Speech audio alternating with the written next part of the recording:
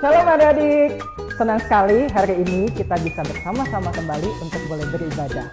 Rosa mau tanya nih ke kalian, sudah siap belum untuk kita bersama-sama beribadah di Komisi Anak Hosana? Nah, yuk Rosa ajak kita semua menaikkan satu pujian. Yuk ayo ke sekolah minggu.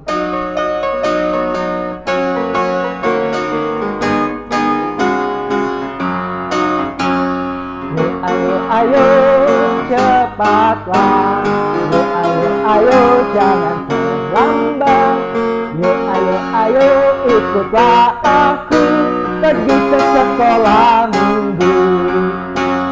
Burung-burung pun bernyanyi, shalalalalalalalala, bunga-bunga pun menari, goyang kiri dan kanan.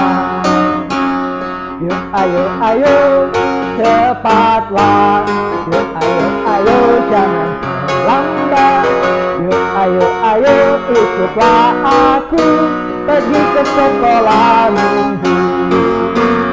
Burung-burung pun bernyanyi, shalalalalala, bunga-bunga pun menari, goyang kiri dan kanan.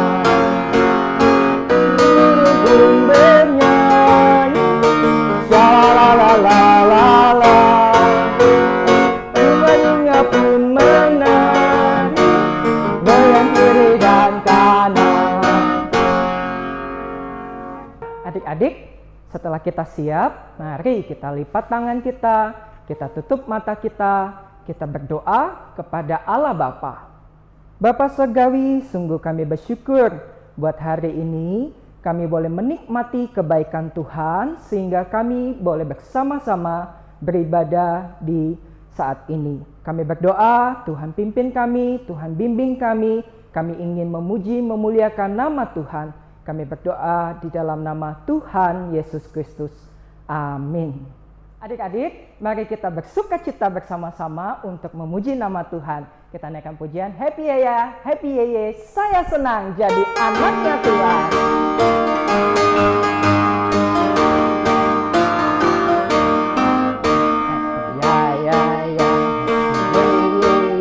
Saya senang jadi anak Tuhan, siang jadi kenangan, dari impian tapi semakin mendalam.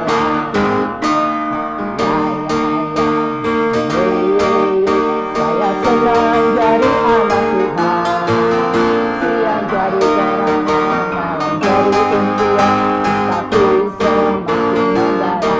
Wah, senang sekali adik-adik kita bisa memuji Tuhan karena kita adalah anak-anak Tuhan. Lalu bersama-sama kita bersukacita. Happy ya.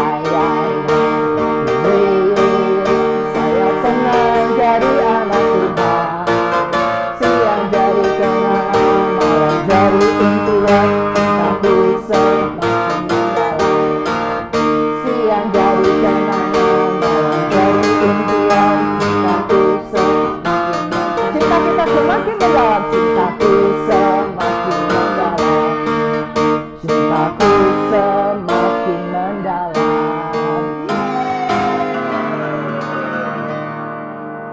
Adik-adik, saat ini mari kita siapkan hati kita untuk boleh mendengarkan cerita dari loso-loso kita di kelas kita masing-masing. Saat ini kita minta Roh Kudus menolong kita supaya kita dapat memahami akan firman Tuhan yang disampaikan kepada kita. Kubuka hatiku Tuhan untuk firman-Mu.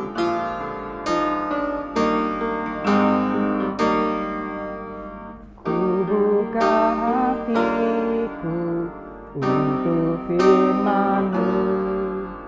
Ku ingin menjadi seperti Yesus. Berfirmanlah Tuhan, ku mau mendengar dan melakukannya setiap hari. Roh Kudus yang manis, Roh Kudus yang manis, tolong aku menuruti firman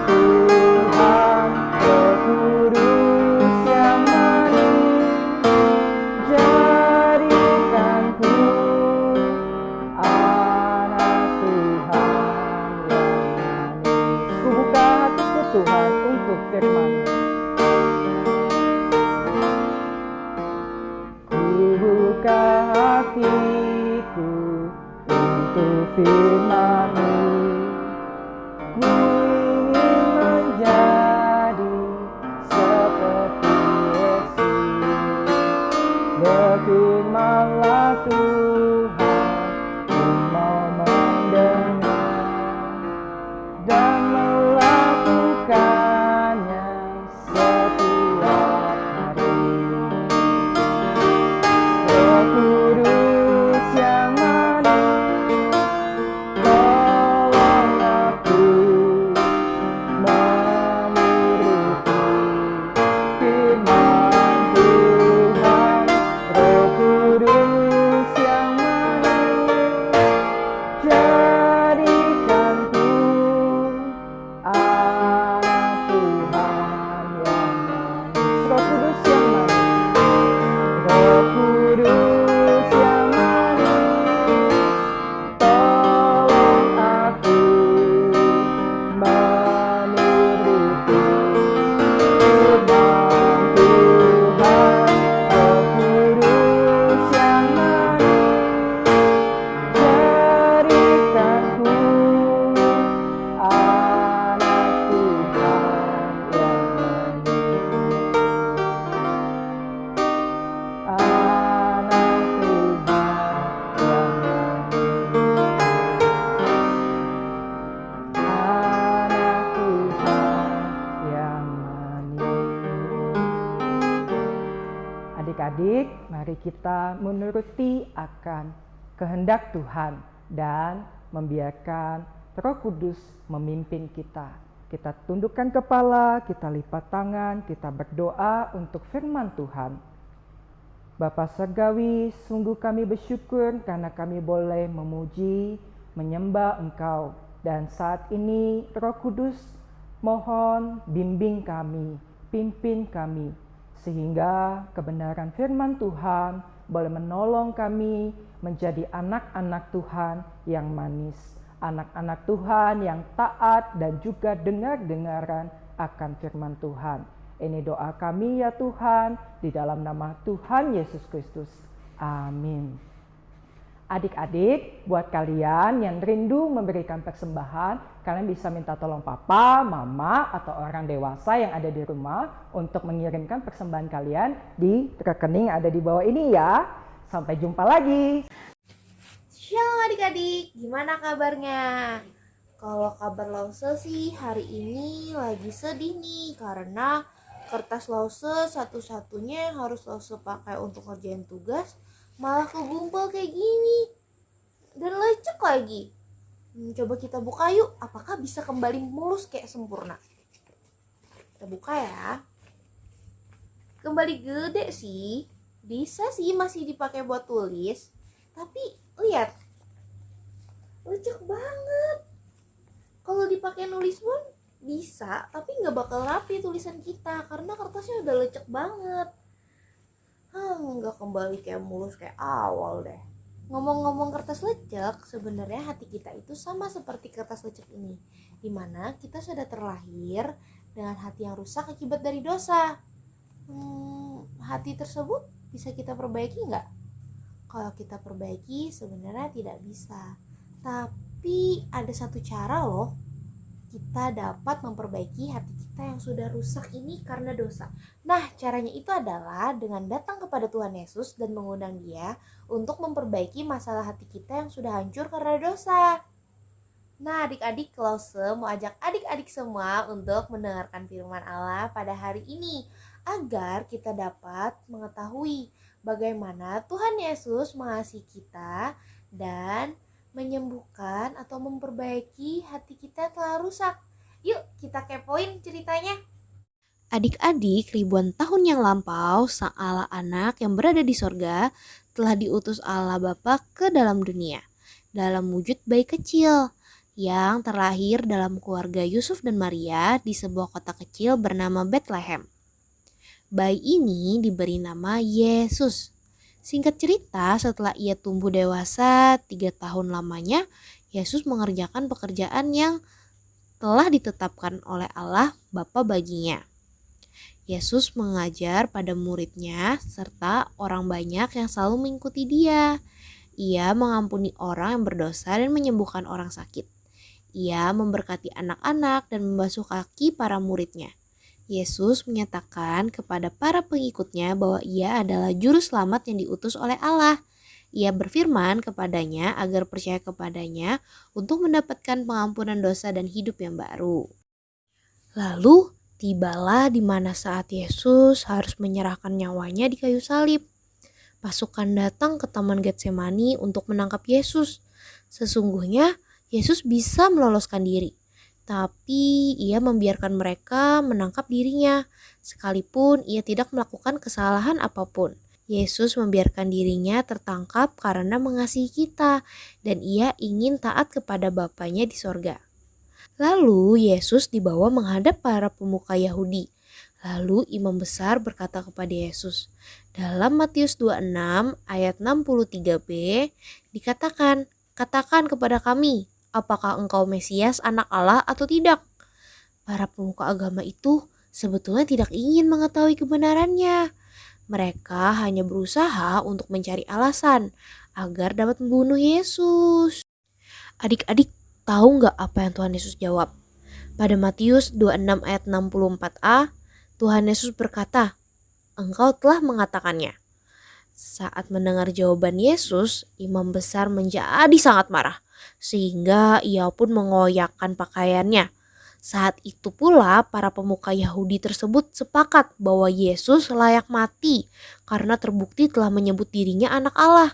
Mereka sedemikian marah kepada Yesus sehingga mereka meludahi wajahnya, memukuli dan mengejek dia. Tapi respon Tuhan Yesus hanya diam.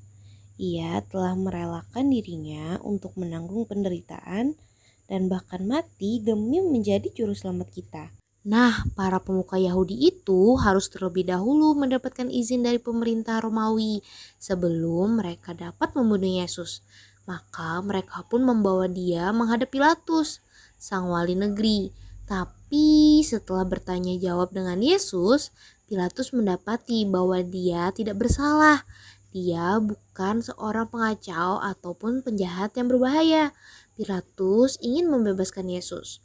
Tapi peristiwa ini terjadi bertepatan dengan Hari Raya Paskah orang Yahudi, di mana telah menjadi sebuah kebiasaan bagi wali negeri untuk membebaskan satu orang hukuman pada tiap-tiap hari raya itu atas pilihan orang banyak.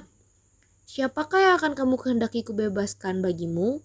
Yesus Barabas atau Yesus yang disebut Kristus? Kata Pilatus kepada orang banyak. Dan semua orang menjawab, Barabas. Lalu Pilatus berkata, jika begitu, apakah yang harus aku perbuat dengan Yesus yang disebut Kristus? Pada Matius 27 ayat 22b, orang-orang itu menjawab, ia harus disalibkan. Pilatus tahu bahwa orang banyak itu telah siap untuk membunuh Yesus. Maka ia pun menyerahkan Yesus untuk disalibkan. Meskipun ia tahu bahwa Yesus tidak bersalah. Para sedadu wali negeri segera membawa Yesus dan mengolok-olok dia. Mereka memakaikan jubah ungu padanya. Mereka juga menganyam sebuah mahkota duri dan menaruh di atas kepalanya. Lalu meletakkan sebatang bulu di tangan kanannya. Salam, hai Raja orang Yahudi. Mereka mengambil bulu itu dan berulang kali memukulnya ke kepalanya. Kemudian mereka membawa Yesus keluar kota. Di tengah perjalanan mereka berjumpa dengan seorang dari Kirene yang bernama Simon dan memaksa dia untuk memikul salib Yesus. Setibanya di Golgota, tempat Yesus akan mati, mereka pun memasang dan menancapkan kayu salib itu ke tanah. Lalu mereka pun menyalibkan dia dan memasangkan di atas kepalanya tulisannya, inilah Yesus, Raja orang Yahudi. Bersama dengan dia disalibkan dua orang penyamun, seorang di sebelah kanan dan seorang di sebelah kirinya. Orang-orang yang melewatinya menghujat dia dan berkata, jikalau engkau anak Allah, turunlah dari salibmu itu. Bahkan dua orang penyamun itu pun ikut mengejek dia. Sekalipun di sana menunjukkan pukul 12 siang, tapi kegelapan meliputi seluruh daerah itu. Ketika Yesus disalibkan, Yesus mengalami penderitaan yang sangat hebat, sehingga ia berteriak memanggil Bapanya yang di sorga. Setelah beberapa saat berlalu, Yesus sekali lagi berseru dengan suara nyaring. Adik-adik, Tahu nggak apa yang Yesus serukan? Pada Yohanes 19 ayat 30, di sana ia berkata, "Sudah selesai." Yesus berseru demikian karena ia baru saja mengalami sekaligus memenangkan percobaan yang paling mengerikan. Yesus rela disalibkan untuk menanggung segenap dosa kita. Dan ketika ia menanggung di atas kayu salib sebagai korban tebusan bagi dosa kita, ia menanggung murka Allah, Bapanya yang terkasih itu. Murka Allah atas segenap dosa kita ditanggungkan kepadanya. Kemudian Yesus pun menyerahkan nyawanya. Pada saat itu tabir bait suci terbelah menjadi dua dari atas sampai bawah. Terjadilah gempa bumi dan bukit-bukit batu terbelah. Dan kuburan-kuburan terbuka. Banyak orang kudus yang telah meninggal bangkit kembali. Kepala pasukan dan prajurit-prajuritnya yang menjaga Yesus menjadi sangat takut. Mereka melihat gempa bumi dan apa yang telah terjadi. Lalu mereka berkata, "Sungguh, ia ini anak Allah." Menjelang malam, murid Yesus yang bernama Yusuf datang menghadap Pilatus untuk meminta jenazah Yesus. Yusuf mengafani jenazah Yesus dengan kain lenan, lalu membaringkannya di dalam kuburnya yang baru dan menggulingkan sebuah batu besar ke pintu kubur itu. Tetapi dua perempuan yang menjadi murid Yesus tinggal di situ, duduk di depan kubur itu. Pilatus mengirimkan pasukan Romawi untuk menjaga kubur Yesus. Pada Matius 27 ayat 65, perintah yang diberikan Pilatus kepada pasukan Romawi adalah, "Pergi dan jagalah kubur itu sebaik-baiknya." Pilatus ingin prajurit itu berjaga di kubur Yesus untuk memastikan tak seorang pun dapat memasukinya. Nah, adik-adik, tadi kita sudah mendengarkan bagaimana perjalanan dan pengorbanan Yesus untuk menebus hidup kita dan memperbaiki hati kita. Adik-adik tahu nggak, dengan pengorbanan Yesus di kayu salib, Dia telah mendamaikan Allah dengan umatnya dengan cara membayar lunas hukuman atas dosa mereka. Yesus menyerahkan nyawanya di kayu salib untuk orang-orang berdosa seperti kita ini. Allah mengaruniakan hati yang baru kepada orang-orang berdosa, dan di saat itulah orang-orang berdosa akan percaya bahwa Yesus adalah juru selamat mereka. Allah menyambut setiap orang beriman di dalam Yesus Kristus sebagai keluarga Allah. Nah, adik-adik, cerita kita pada minggu ini udah selesai. Gimana hari ini perjalanan kita dari Yesus lahir hingga Yesus menjadi juru selamat kita untuk menebus dosa kita dan memperbaiki hati kita.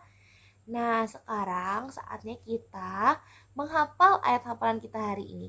Ayat hafalan kita hari ini diambil dari Roma 5 ayat 8, isinya, "Akan tetapi Allah menunjukkan kasih-Nya kepada kita oleh karena Kristus telah mati untuk kita ketika kita masih berdosa."